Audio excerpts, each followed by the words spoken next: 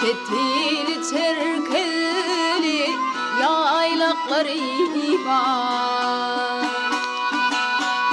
Uzak kafam ilim yetme biline, kocaman kocaman kadakları var.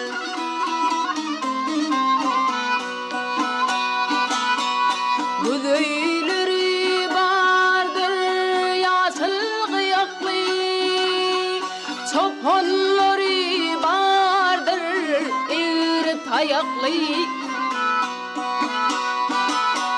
çolukları vardır yengil ayaklı, yanlarına adik tulukları var.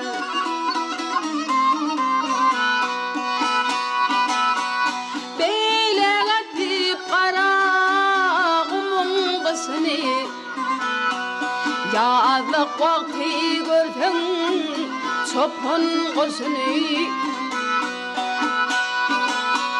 kıyız gelinler karancık kaptasını, maşin bilen yalık yaymakları var.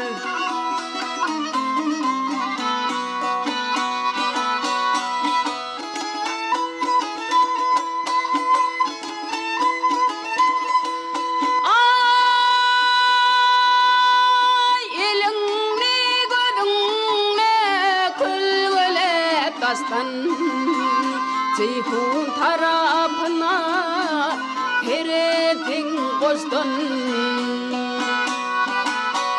derya füsü gelli yuvaş yuvaştun, kenarına yaşıl baydakları var.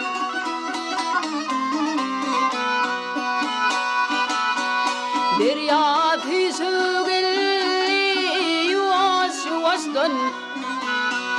kenarına yasıl baydakları var, yanlarına adik tulukları var.